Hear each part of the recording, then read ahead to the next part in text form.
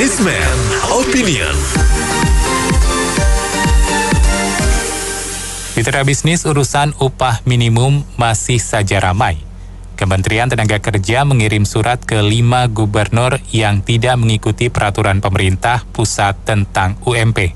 Di sisi lain, buruh masih saja demo ke gubernur yang menaikkan UMP tidak sesuai keinginan mereka, padahal sudah sesuai peraturan pemerintah pusat. Apa komentar Anda melihat fenomena pengupahan di Indonesia ini? Dan adakah saran agar kejadian ini tak selalu berulang tiap tahun? 633-9160 Businessman Opinion, 633-9160. Kalau saya punya komentar ini komentar mendidik, membangun seperti Ombak. Apakah di sesama negara ASEAN adalah seperti Indonesia sih? Tiap hari masalah gaji dituntut, apakah nggak malu? Kalau saya sebagai buruh ya, kita kalau memang bos nggak mau naikkan gaji, kita usaha yang lain. Indonesia kan banyak lapangan. Kok memaksa seperti preman? Benar nggak? Indonesia kan luas. Kalau gini udah nggak benar dong. Katanya bangsa kita bangsa besar, bangsa berbudaya, beragama. Tapi kacau balau masalah gaji. Emang nggak semua sih ya, sebagian. Dan terima kasih. Saya cuma mau memberitahukan saja kepada pemerintah Manado ya, Menteri Tenaga Kerjanya ini, harusnya mereka itu menghitung juga inflasi ya. Kondisi sekarang ini waduh, apalagi buruh ini, kita saja makan sudah susah ya. Kalau mereka masih senang tidak turun, tidak ada inflasinya, kalau mereka itu digaji rakyat. Jadi kata kuncinya cobalah dilihat lagi lah, yang rakyat kecil pendapatannya itu inflasinya dihitung juga. Gitu saja, saya minta dievaluasi kembali lah.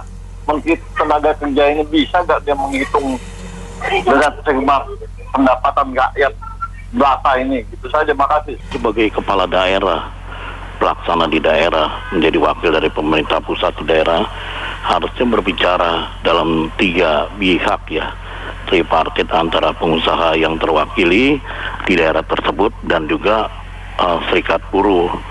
Jadi artinya harus dibicarakan secara integral, terpadu dan masif, sehingga keputusan itu nanti akan dibicarakan dari pihak serikat buruh ke lembaga terkait, kemudian dari pengusaha juga kepada pengusaha yang dibawanya, dan gubernur sebagai aparat pemerintah daerah. Jadi itu menjadi satu kesatuan yang bersinergi.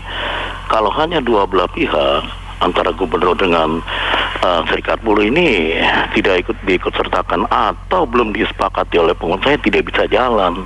Harus menjadi satu kesatuan seperti paduan suara, supaya suaranya tidak lari kemana-mana, menjadi satu kur yang baik gitu loh. Jadi sekarang ini kalau tujuannya untuk menaikkan secara sepihak sementara pengusahanya tidak setuju, ini kan mengakibatkan ketimpangan, dan akibatnya ini ada apa di balik semuanya itu? Ya itu yang jadi pemikiran. Saya kira demikian. Itu kan bukannya udah ada meeting tripartit ya, pemerintah, pengusaha sama buruh. Misalnya untuk tahun lalu, jadi harus penyesuaiannya berapa, sudah dibuatkan suatu kesepakatan bersama. Nanti kalau misalnya si gubernurnya itu, yang 5 gubernur itu tidak mengikuti, saran saya sih pertama-tama Mendagri ini harus tegur keras kepada mereka. Jadi kelihatannya mereka mau jadi raja-raja kecil gitu, mau cari nama ya. Nah, untuk buruh-buruh yang terus demo ya, menurut saya sudah harus diambil sanksi yang tegas. Masih banyak orang yang butuh pekerjaan ya, masih banyak butuh orang yang baik yang masih mau bekerja.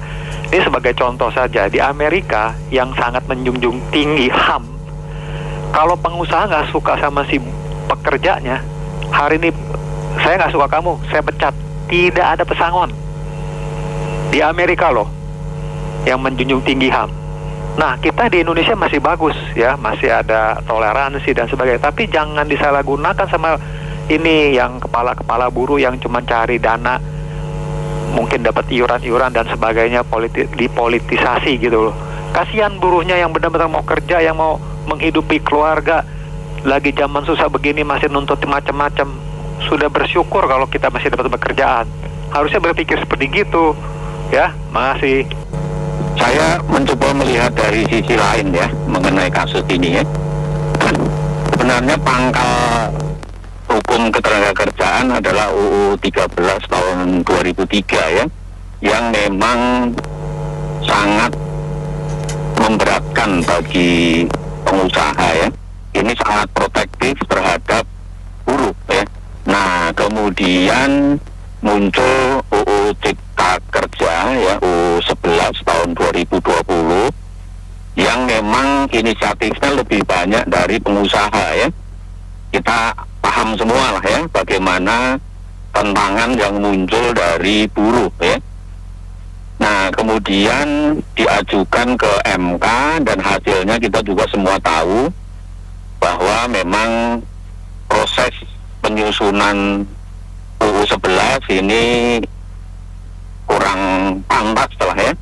Nah, sehingga salah satu adalah keputusan MK adalah turunan dari UU 11 ini yang menyangkut hajat hidup orang banyak, itu minta tolong untuk ditunda ya. Nah, sehingga kalau kita lihat prosesnya, Gubernur DKI contohnya ya, itu mengambil keputusan yang berbeda dari keputusan pemerintah pusat setelah keputusan MK tadi ya.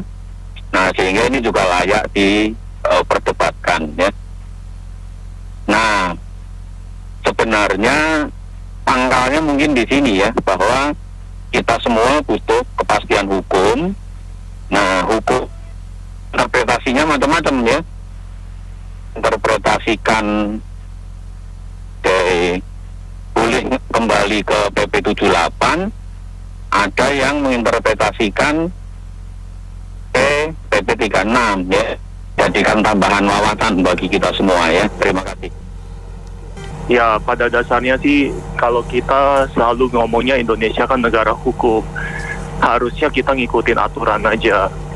Bukan masalah suka atau tidak suka. Memang kadang-kadang ada pengusaha yang nakal atau pengusaha yang memang belum mampu gaji UMP, UMK atau seterusnya. Makanya terjadi negosiasi. Di situ kan ada legal standing yang ada. Nah, sekarang tiba-tiba kalau ada pahlawan kesiangan seperti Jakarta punya gubernur, sekarang saya juga lihat ada dapat surat dari Ridwan Kamil juga. Ya itu kan saya bilang sih agak konyol gitu loh. Ini mau ngikutin peraturan pemerintah atau mau jadi pahlawan kesiangan sendiri gitu loh. Sedangkan kalau dari sisi pengusaha kan tentunya pengennya semua efisien. Siapa yang nggak mau bayar gaji yang bagus gitu loh buat karyawan. Yang penting kan semua sama-sama happy.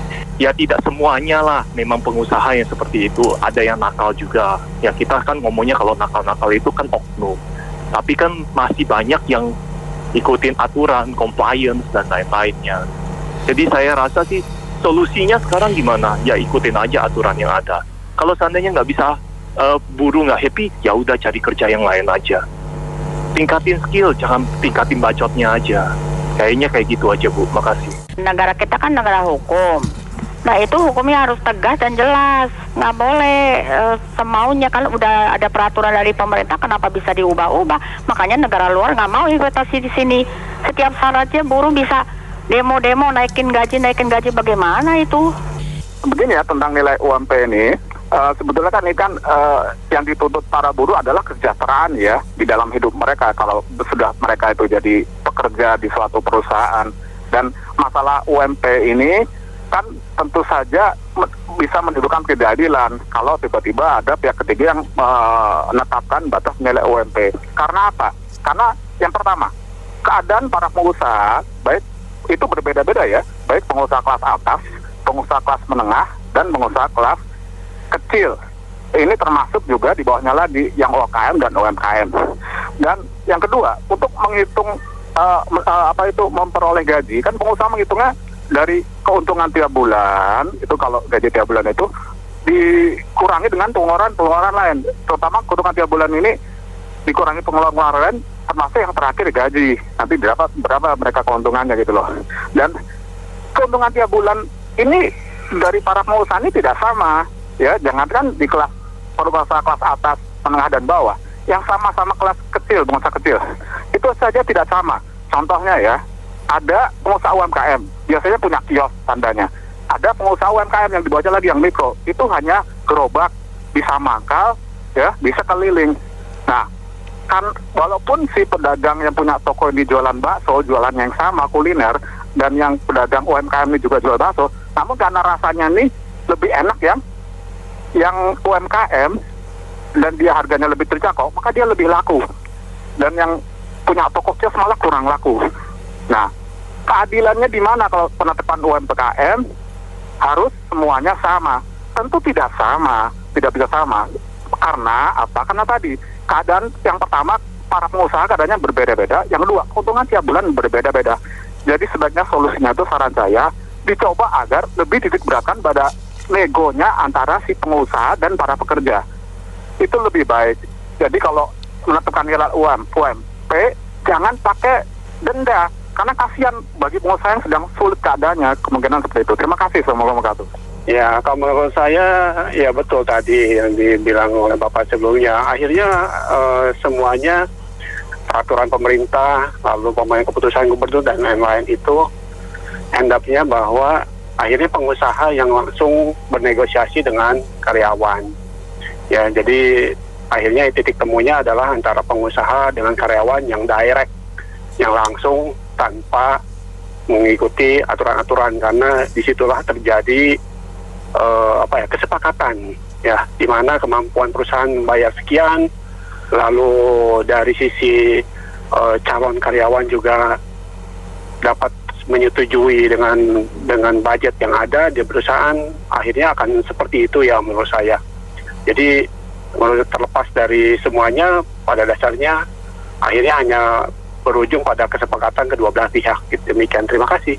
Pemerintah pusat koreksi lah. Itu harga bahan bakar naik udah nggak kira-kira, udah pada bilang itu cekek leher. Bukan hanya buruh yang dicekek, pengusaha juga, semua kena rakyat. Terima kasih. Gini ya, satu, negara kita ini kaya SDA ya, SDA, sumber daya alam. Dan juga populasinya yang cukup gede gitu ya, 270 juta manusia. Makanya masih diminati untuk investasi. Akan tetapi investasinya tidak cocok kalau investasi yang padat karya. Coba dicek saja di PD tempat investasi ya.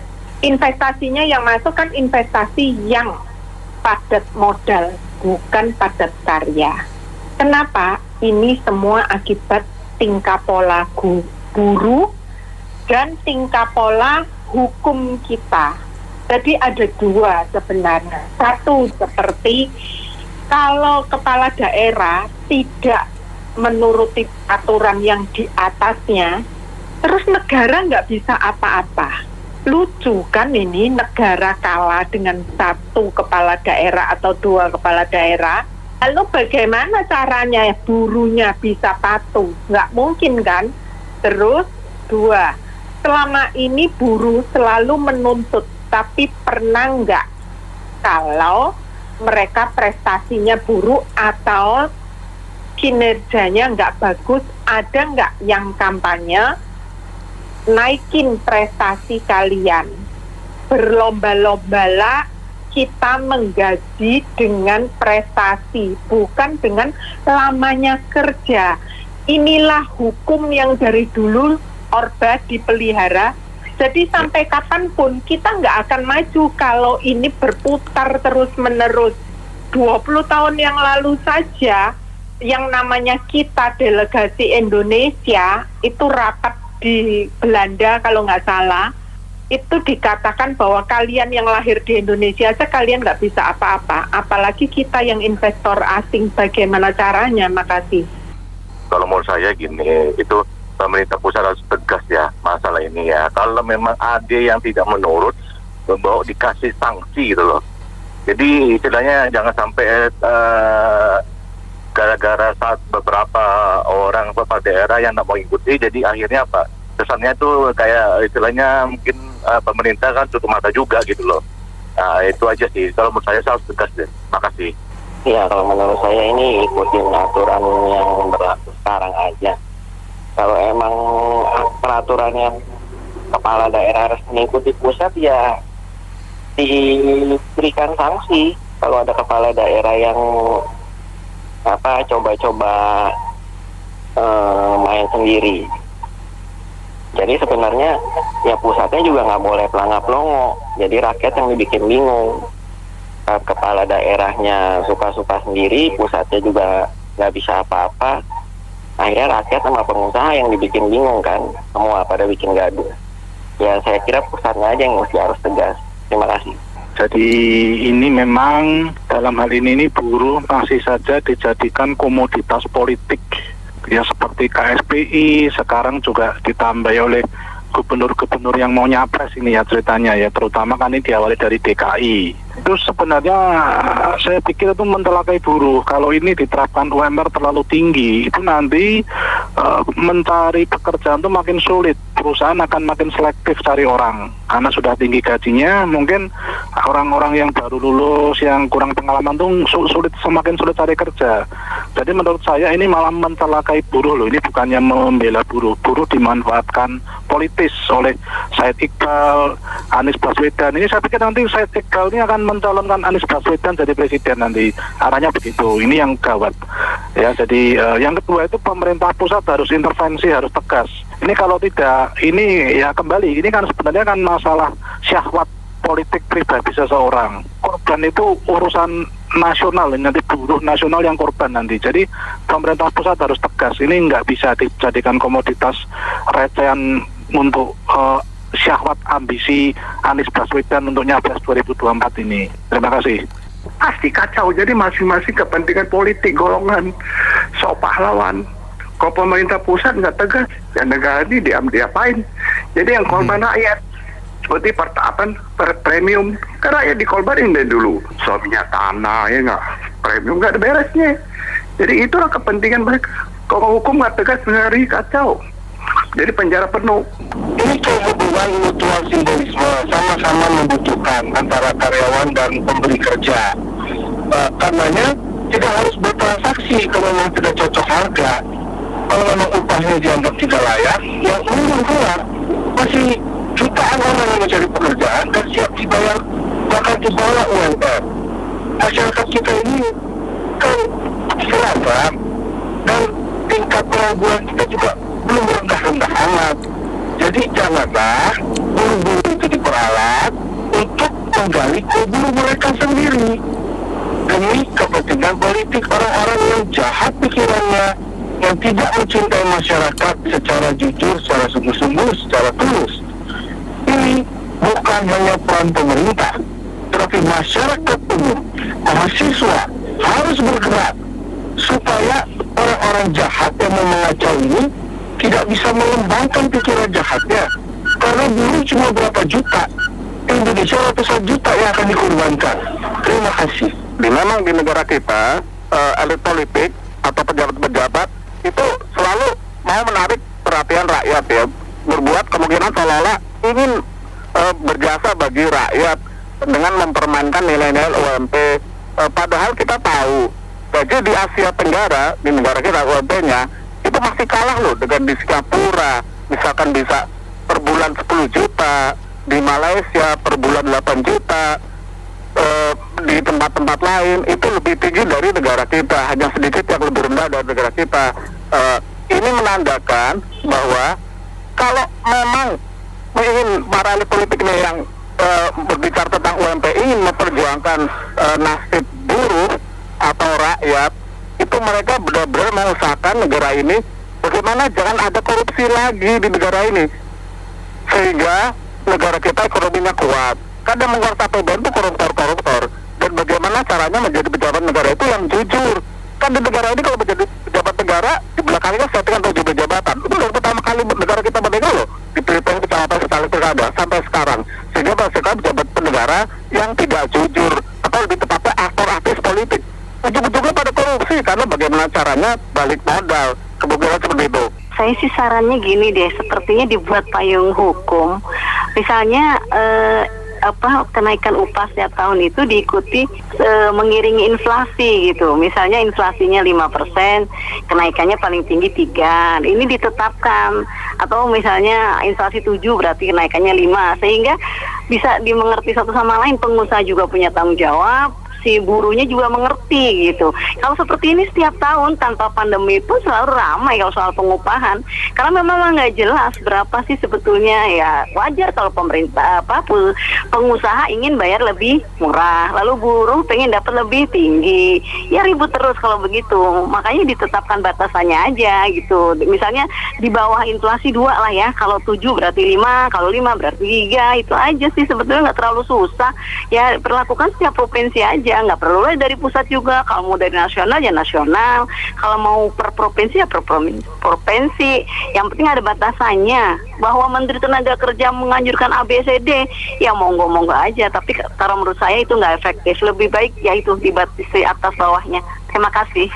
Baik, terima kasih untuk Anda yang sudah berpartisipasi dalam Businessman Opinion. Saya Anto Wijaya.